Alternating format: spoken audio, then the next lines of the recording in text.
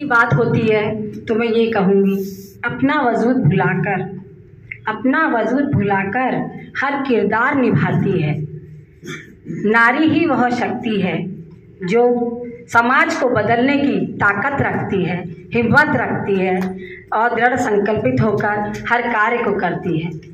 इसी का एक बहुत बड़ी मिसाल है हमारे बीच आज जिसका हम जन्मदिन मनाने जा रहे हैं, माता सावित्रीबाई फुले।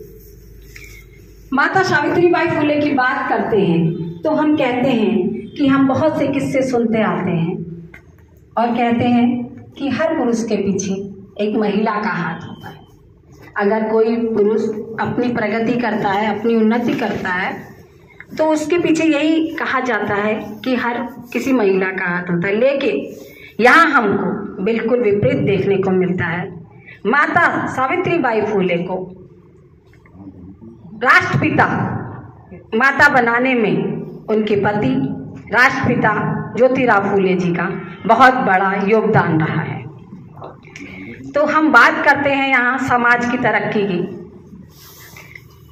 तो समाज की तरक्की की शुरुआत हमें सबसे पहले अपने घर से करनी चाहिए, क्योंकि राष्ट्रपिता ज्योतिबा फुले ने भी उन विषम परिस्थितियों में शुरुआत अपने घर से करी, अपनी पत्नी से करी।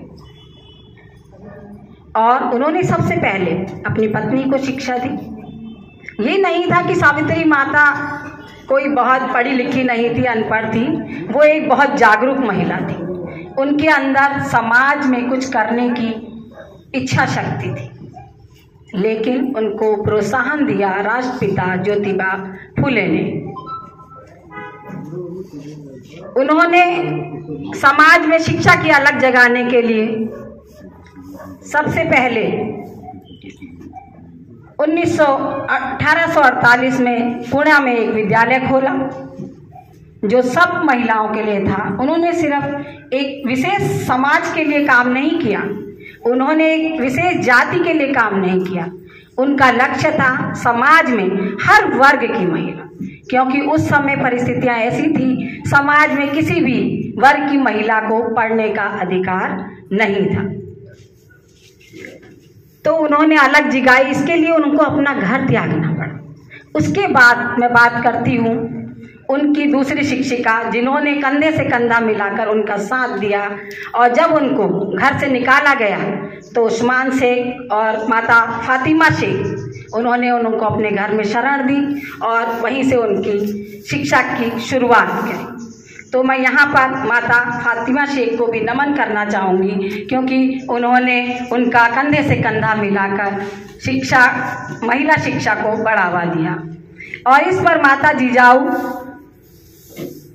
तो ऐसी बहुत सारी हमारी महिलाएं हैं जिनको इतिहास में हमेशा दफन करके रखा गया है और जिनका इतिहास हम नहीं जानते। मैं भी यहाँ आज जान पा रही हूँ, बोल पा रही हूँ, तो ये एक संगठन है। हम व्यक्ति विशेष अपने में कितनी ही कोशिश करें कि मैं अकेला समाज में परिवर्तन कर सकता हूँ, मैं अपने घर को परिवर्तन, समाज की बात तो छोड़िए, मैं आपसे कहूँगी आप अकेले अगर कहते हैं तो आप अपना घर भी नहीं बदल सकते। आपको अपना घर बदलने के लिए भी अपने घर के सदस्यों की राय मशवरा करना पड़ेगा, उनसे वार्तालाप करनी पड़ेगी, तभी आप घर बदल सकते हैं, समाज बदल सकते हैं और देश बदल सकते हैं। तो संगठन में बहुत ताकत होती है। हम बात करते हैं बाबा साहब जी, क्योंकि आज हम जो कुछ भी है बाबा साहब की बदौलत है, हम उनके ऋणी हैं। तो बाबा साहब ने संविधान लिखा, हम उनको संविधान निर्माता कहते हैं। तो बाबा साहब ने जो 3 मूल मंत्र दिए हैं, शिक्षित बनो, संगठित रहो और संघर्ष करो। संगठनों के माध्यम से ही हम एक दूसरे को जान पा रहे हैं, हम अपने महापुरुषों को जान पा रहे हैं। मैं विगत 10 वर्षों से अपने शिक्षक एसोसिएशन से सबसे पहले जुड़ी, उससे पहले मैं किसी संगठन से नहीं जुड़ी थी। जब मैं शिक्षक एसोसिएशन से जुड़ी तो मुझे पता चला, अपने महापुरुषों के बारे में पता चला। तो मैंने भी उस समय दृढ़ संकल्प लिया कि मैं जरूर अपना जितना होगा तन मन धन से अवश्य अपने समाज के लिए कार्य करूँगी और बाबा साहब के सपने को, पे बैक टू सोसाइटी को जरूर अंजाम देने का प्रयास करूँगी। तो मैं बात करती हूँ अपनी, तो मेरा सभी से एक विशेष निवेदन है कि हमने सबसे पहले अपना मूल्यांकन करना चाहिए कि हम समाज में क्या काम कर रहे हैं, हम अपना कितना योगदान दे रहे हैं। हमको स्वयं को तराशने की जरूरत है।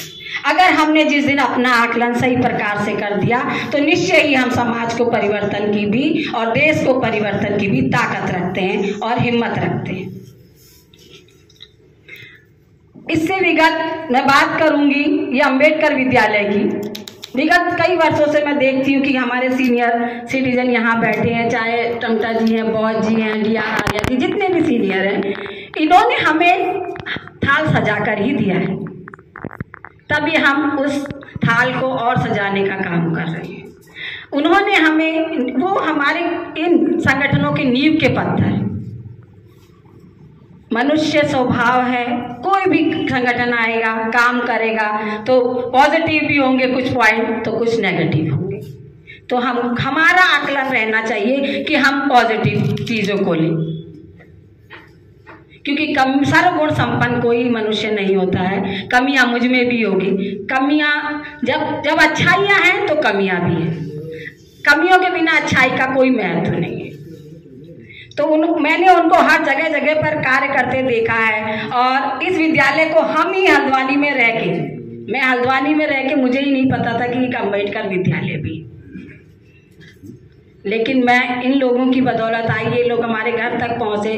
और तो हमें हमारा एकमात्र विद्यालय, हल्द्वानी में हमारी जनसंख्या कितनी है, हम कितने हैं जो जॉब में हैं और सही स्थिति है, तो हम एकमात्र विद्यालय को अगर हम शुरुआत करें, हम अपने बच्चों के जन्मदिन पे, हमें कहीं और दान देने की जरूरत नहीं है। बाबा साहब ने हमें अगर इस लायक बनाया है तो हमें ये नहीं कहा है कि आप कहीं दान दीजिए, लेकिन हमारी दिशा भटक गई है, वो बात अलग है। हमारा एकमात्र विद्यालय, हमें यहाँ दान देना चाहिए। अगर हर वर्ष भी हम अपने बच्चों के बर्थडे में यहाँ एक सहयोग राशि दें तो हमें किसी के आगे हाथ फैलाने की जरूरत नहीं है।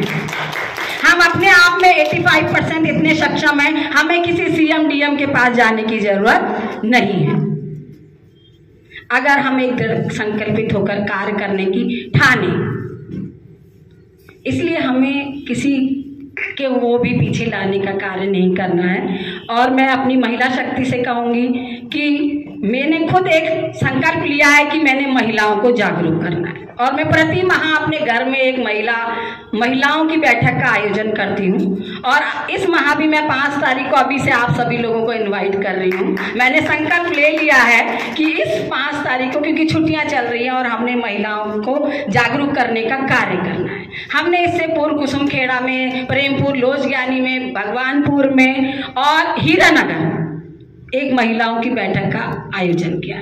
इसमें मैडम रमा मैम हैं और मैडम हैं हमारे संग, तो ये रहता है। तो महिलाओं को, क्योंकि बाबा साहब ने कहा है उस समाज की प्रगति तभी संभव है जब उस समाज की महिलाओं की प्रगति, उस समाज की प्रगति को तभी मापा जा सकता है जब हमें दिखेगा कि उस समाज की महिलाएं कितनी जागरूक हो सकी। अगर महिला जागरूक नहीं है तो हम समाज परिवर्तन की संकल्पना तो बदलना तो दूर, बहुत दूर दूर तक हम इसके बारे में सोच भी नहीं सकते। तो हमें आवश्यकता है कि हमें महिलाओं को जागरूक करना है। महिलाओं को आज इस मैं जरूर एक बहुत बड़ी नई पहल जो देखने को मिली है आज आयोजक मंडल की, मैं बहुत एक तहे दिल से तारीफ करना चाहूँगी। वाकई में महिलाओं को आगे लाने की बहुत ज़रूरत है। आज माता सावित्रीबाई फुले के जन्म दिवस पर आपने जो ये एक महिला मंच तैयार करा है, निसंदेह वो तारीफे काबिल है। उसके लिए मैं कहूँगी आप लोगों के लिए एक बार जोरदार तालियां, क्योंकि महिलाएं क्या नहीं कर सकती, महिलाएं घर समाज सब कर सकती। मैं ये नहीं कहती कि पुरुष समाज को नहीं कर सकता, लेकिन महिलाएं हर कार्य को बहुत तल्लीनता से की जाती है। निसंदेह आज पुरुष तभी बेखबर होकर बैठे क्योंकि उनकी महिलाएं घर में बहुत कुछ संभाल रही हैं। तो विश्वास करना पड़ेगा। ऐसे ही अगर हमारी महिलाएं समाज में आएंगी तो जरूर परिवर्तन आएगा। बात हम करते हैं बामसेब की। विगत में कई 3-4 वर्षों से बामसेब की सदस्य रही हूँ और मुझे मौका मिला, मैं यहाँ से बामसेब के अधिवेशन में नागपुर बाबा साहब की दीक्षा भूमि में होकर आई और मुझे अभी मौका मिला 40वां अधिवेशन था प्रयागराज में, मैं वहाँ भी। जब तक हम किसी के अंदर घुसते नहीं है ना, हमें उसकी अच्छाइयाँ नज़र नहीं आती। मैं भी उससे पहले मैं कहती थी यार बामसेब, मैं सुनती थी, मैं उनसे कहती भी थी भाई तुम लोग तो कुछ कार्यक्रम ही नहीं करते हो, ऐसे कार्यक्रम आयोजित करिए ना जैसे ये जवाहर मेला लगाया जाता है हल्द्वानी, तब लोग जानेंगे। तो मैं भी उन पर बहुत प्रश्न करती थी, लेकिन जब मैंने देखा निश्चय बामसेब दिन रात काम करती है, मुझे देखने को मिला। क्योंकि नागपुर में 6000 लोग थे कैडर में और हर स्टेट से थे,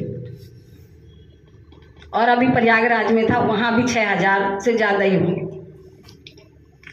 तो जरूर, क्योंकि नए लोगों को वहाँ नए लोगों को सुनने को मौका मिलता है। बड़े बड़े लोग तो बहुत काम कर रही है, ऐसा नहीं है। बामसेब अपने आप में अगर हमारा हम कहेंगे कि हमारा मातृ संगठन है तो वो है बामसेब, क्योंकि दोस्त और दुश्मन की पहचान और हमारे सभी महापुरुषों को जो आज हम जान रहे हैं, हम उनकी जयंतियां मना रहे हैं, तो इसका श्रेय निसंदेह बामसेब को जाता है, क्योंकि वो विगत 50 वर्षों से ये कार्य निरंतर कर रही है।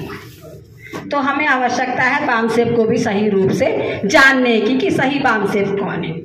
और चाहे मैं कहती हूँ कितनी भी बामसेब बनिए, लेकिन सबका लक्ष्य एक है, फूले अंबेडकर विचारधारा को घर घर तक पहुँचाना। तो ये अच्छी बात है ना, हमारे जितने परिवार होंगे उतना काम बटेगा। तो हमें विश्वास करना पड़ेगा,